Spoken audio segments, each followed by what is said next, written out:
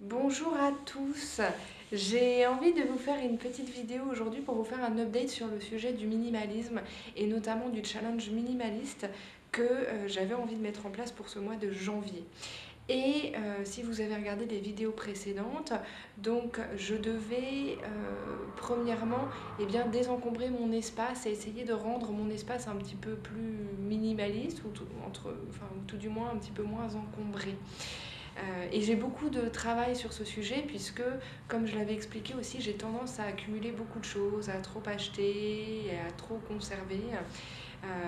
Et c'est un sujet qui n'est pas facile pour moi, mais sur lequel je travaille et je fais de mon mieux.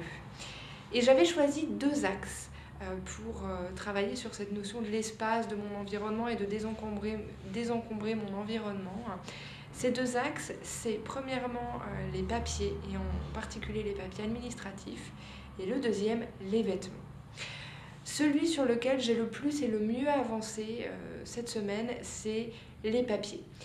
Il faut savoir que les papiers, c'est un peu ma bête noire. J'avais accumulé des années et des années, voire plus d'une dizaine d'années, de papiers administratifs dont je ne savais pas très bien quoi faire. J'ai jamais trouvé de système de classement qui soit vraiment satisfaisant pour moi et auquel j'arrive à me tenir. Ce qui fait que j'avais plusieurs tiroirs dans une petite étagère de papiers administratifs, mais qu'au fur et à mesure des années, c'est devenu un capharnaüm, que tous les papiers étaient là, quelque part, mais pas classés, pas rangés, pas forcément des papiers indispensables, et que finalement à chaque fois que je cherchais quelque chose, c'était un calvaire, et en plus de ça je me sentais vraiment submergée par ces papiers et par l'administratif. Et donc là, ce que j'ai fait, c'est que j'ai pris un grand sac poubelle, j'ai tout sorti et j'ai tout trié. Et j'ai jeté une quantité énorme de papier. Il y avait des tonnes de vieilles factures, des vieilles quittances de loyer, enfin plein de choses comme ça qui n'étaient pas forcément indispensables.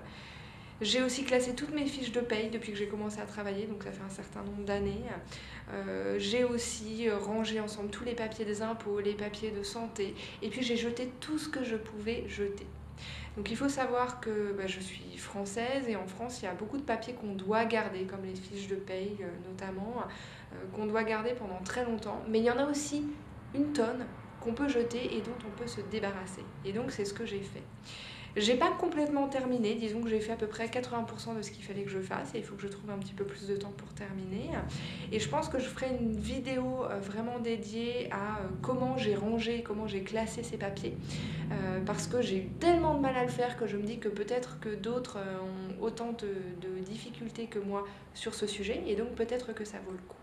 Mais donc c'était ma première grande mission, et là-dessus j'étais assez contente de moi parce que j'ai bien avancé, et je me suis demandé pourquoi je ne l'avais pas fait avant. Je pense que j'étais juste pas prête et que c'était juste ma bête noire, j'avais un blocage sur les papiers.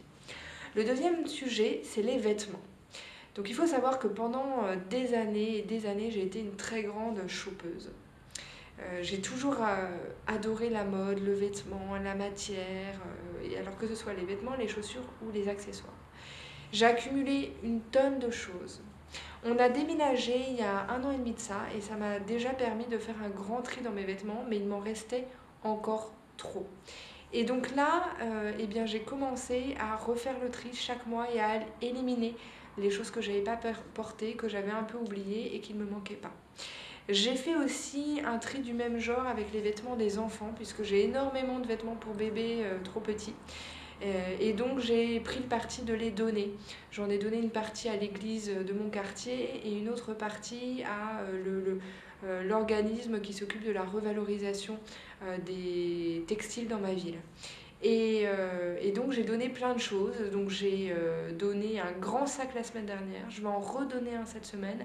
Donc là je suis en plein chantier sur ce sujet et j'ai vraiment envie de continuer à m'y atteler. Donc j'ai bien travaillé, j'ai pas fini, c'est vraiment work in progress, le chantier est en cours. Mais bon, en même temps, je ne pouvais pas tout faire en une semaine et je suis très contente de ce que j'ai démarré et ça me motive vraiment pour continuer. Donc ça, je continue. Les papiers, les vêtements, c'est en cours, je continue. Mais il y a d'autres sujets auxquels je devrais m'attaquer et je vous en parlerai plus par la suite. Mais cette semaine, ce que je dois faire pour le défi minimaliste auquel je m'attelle, c'est de m'intéresser à ma gestion du temps et aux tâches qui peut-être me prennent trop de temps ou n'apportent pas forcément de valeur à ma vie alors qu'elles prennent une partie de mon temps. Et là, je crois que le sujet, ça va être les réseaux sociaux. Et donc j'ai prévu de prendre 1 ou 2 jours cette semaine, ou peut-être en début de semaine parce que cette semaine est déjà bien chargée, pour faire une sorte d'audit un peu de mon temps et voir ce que je peux peut-être faire moins ou faire mieux de façon plus efficace pour dégager plus de temps libre et avoir l'impression d'avoir plus de temps de qualité. Donc tout ça, c'est pas fini. C'est un vrai projet qui me fait progresser énormément. Donc je continue. Mais comme vous voyez, cette semaine, j'ai déjà un peu avancé et encore une fois, je suis vraiment fière de moi là-dessus. Voilà, je voulais partager avec vous mes progrès. Il y en aura d'autres, ça va venir. Et puis j'ai quelques idées en tête pour des défis que j'ai envie de me poser pour les prochains mois.